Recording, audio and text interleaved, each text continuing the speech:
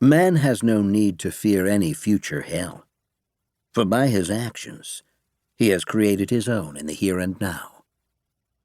Walt Gragg. 11:11 p.m., October 31st. Alpha Company, 3rd Battalion, 6th Marine Regiment, 2nd Marine Division, Spinnaker Air Base, Northwest India. Marine Captain Samuel Erickson stood watching as the loading of the King Stallions began in earnest. In the swirling dust and consuming darkness of a nearly moonless night, the company commander observed the expanding activity around the 6 widely spaced CH-53K cargo helicopters.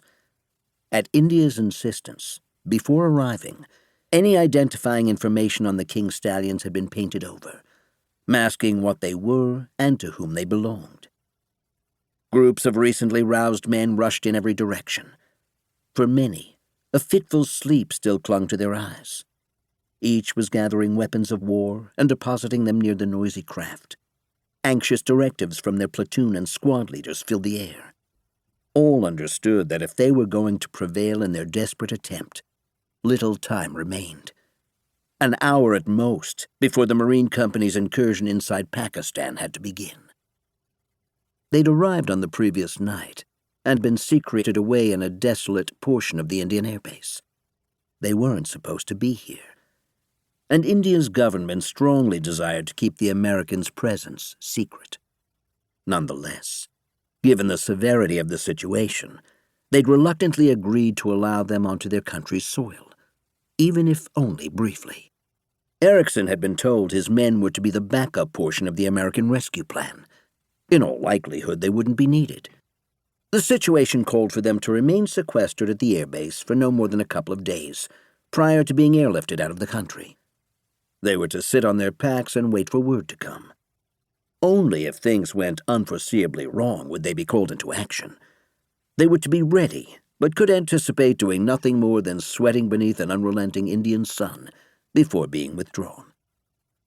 Yet, to their surprise, things in Islamabad had in fact gone awry, and Erickson had received the frantic call to action.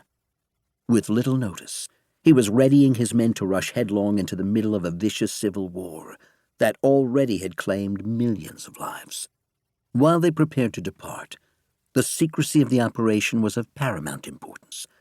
They couldn't risk the rampaging jihadists across the border being warned of their activities.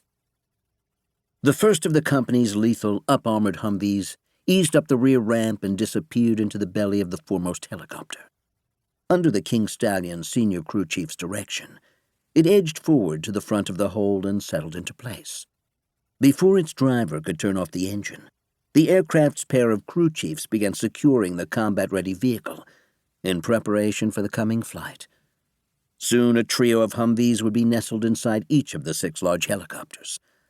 The company's men would then bring on board the heavy machine guns, mortars, javelin, and TOW anti-tank missiles, ammunition, medical supplies, rations, and materials needed to support the company's men for up to a week of intense combat.